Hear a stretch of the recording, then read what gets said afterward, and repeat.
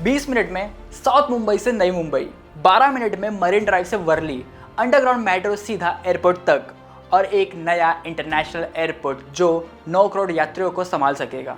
सवाल ये है, क्या मुंबई सच में अगला सिंगापुर या दुबई बन रहा है, या फिर ये सिर्फ चमचमाते इंफ्रास्ट्रक्चर का भ्रम है? क्योंकि एक तरफ 5 लाख करोड़ के मेगा प्रोजेक्ट्स चल रहे हैं और दूसरी तरफ भीड़ भाड़ वाली लोकल ट्रेन, बाढ़, प्रदूषण और हेल्थ केयर की समस्याएं बढ़ रही हैं। तो आज हम समझेंगे मुंबई का $60 बिलियन का ट्रांसफॉर्मेशन। क्या बदल रहा है, कौन फायदा कमा रहा है और क्या आम मुंबईकर की जिंदगी सच में बेहतर हो रही है? मुंबई का सबसे बड़ा बदलाव। मुंबई भारत की आर्थिक राजधानी है, लेकिन कई दशकों से शहर की सबसे बड़ी समस्या रही है खराब इंफ्रास्ट्रक्चर। भयानक traffic, overloaded local train, airport पर ज़रूरत से ज़्यादा भीड़ और शहर के अलग अलग हिस्सों के बीच बहुत धीमी कनेक्टिविटी। इन्हीं समस्याओं को हल करने के लिए मुंबई अब अपने इतिहास का सबसे बड़ा इंफ्रास्ट्रक्चर मेकओवर देख रहा है। रिपोर्ट्स के मुताबिक लगभग $60 बिलियन यानी कि करीब 5 लाख करोड़ इंफ्रास्ट्रक्चर प्रोजेक्ट में लगाए जा रहे हैं। और इसका स्केल समझिए, 16 मेट्रो लाइन प्लान, 100 किलोमीटर से ज़्यादा मेट्रो चालू, sea bridge, coastal road, bullet train corridor, underground tunnel, नया इंटरनेशनल एयरपोर्ट। मतलब मुंबई को अगले 50 सालों की ज़रूरतों के हिसाब से दोबारा डिज़ाइन किया जा रहा है। अटल सेतु सबसे चर्चित प्रोजेक्ट है। अटल सेतु 21.8 किलोमीटर लंबा समुद्री पुल, भारत का सबसे लंबा सी ब्रिज। ये साउथ मुंबई को सीधे नई मुंबई से जोड़ता है। पहले जो सफ़र 1 घंटा या उससे ज़्यादा लेता था, अब लगभग 20 मिनट में पूरा हो सकता है। और इंफ्रास्ट्रक्चर का सबसे बड़ा असर पड़ता है रियल एस्टेट पर। उल्वे और पनवेल जैसे इलाकों की प्रॉपर्टी की कीमतों को 10 से 30% तक बढ़ा चुकी है। ठीक यही मॉडल सिंगापुर और दुबई ने भी अपनाया था। पहले इंफ्रास्ट्रक्चर बनाओ, फिर उसके आसपास आर्थिक विकास और रियल एस्टेट बूम लाओ। लेकिन यहाँ एक चिंता भी है, जब किसी इलाके में विकास तेज होता है तो वहाँ रहना महंगा भी हो जाता है। सवाल ये है, क्या भविष्य की मुंबई आम लोगों के लिए अफोर्डेबल रहेगी? मुंबई की मेट्रो क्रांति। मुंबई का मेट्रो नेटवर्क अब सच में असर दिखाने लगा है। कई सालों की देरी के बाद 2025 में एक्वा लाइन 3 पूरी तरह से शुरू हुई है। ये मुंबई की पहली दूसरी अंडरग्राउंड मेट्रो लाइन है जो कफ परेड को सीधे एयरपोर्ट से जोड़ती है। और अप्रैल 2026 में मेट्रो लाइन ने भी पहली बार ठाणे को मेट्रो से जोड़ दिया है। इसका मतलब क्या है?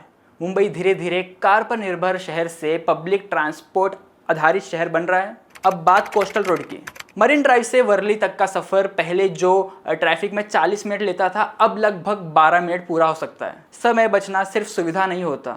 अर्थशास्त्रियों के मुताबिक तेज ट्रांसपोर्ट सीधे शहर की उत्पादकता बढ़ाता है। कम समय ट्रैफिक में ज़्यादा आर्थिक काम, नया एयरपोर्ट, बुलेट ट्रेन और मेगा प्रोजेक्ट। अब बात करते हैं भविष्य के सबसे बड़े मेगा प्रोजेक्ट्स की।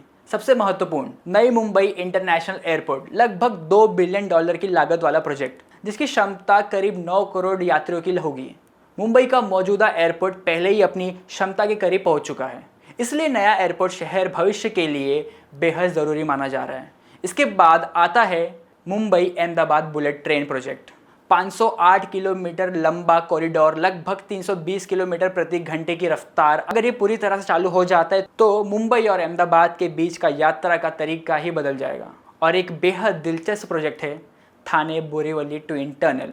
ये संजय गांधी नेशनल पार्क के नीचे से गुजरेगी, जिसका उद्देश्य है शहर की पूर्ण पश्चिम कनेक्टिविटी को बेहतर बनाना। यानी मुंबई का पूरा ट्रांसपोर्ट मैप बदला जा रहा है। मुंबई के बदलाव का पैसा कहां से आ रहा है? दिलचस्प बात यह है कि मुंबई का इंफ्रास्ट्रक्चर बूम खुद मुंबई का रियल एस्टेट सेक्टर फंड कर रहा है।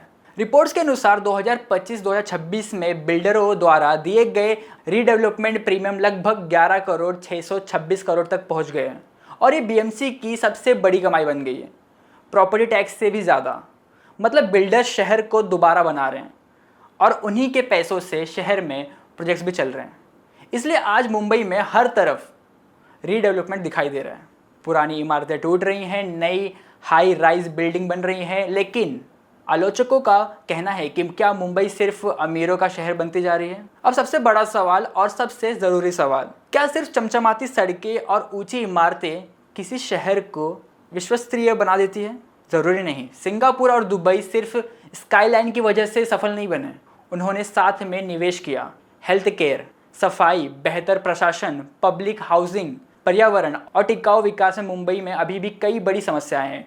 हर साल बारिश में बाढ़, भीड़भाड़ वाली लोकल ट्रेन, प्रदूषण, महंगे घर, हेल्थ केयर की कमी, कमज़ोर नागरिक सेवाएं। अगर सिर्फ एक्सप्रेसवे बनेंगे लेकिन अस्पताल और ड्रेनेज सिस्टम मजबूत नहीं होंगे तो सिर्फ सफ़र तेज होगा, समस्याएं वही रह जाएंगी। तो क्या मुंबई अगला सिंगापुर या दुबई बन सकता है?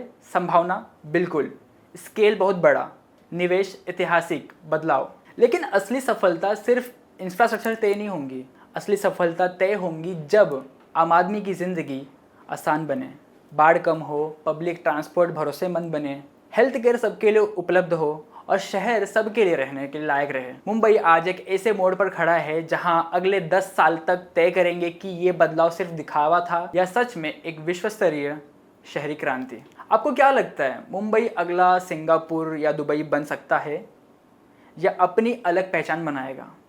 कमेंट करके हमें ज़रूर बताइएगा और ऐसे ही इंफ्रास्ट्रक्चर स्टोरी जानने के लिए आप इस वीडियो को लाइक करें, ज़्यादा से ज़्यादा शेयर करें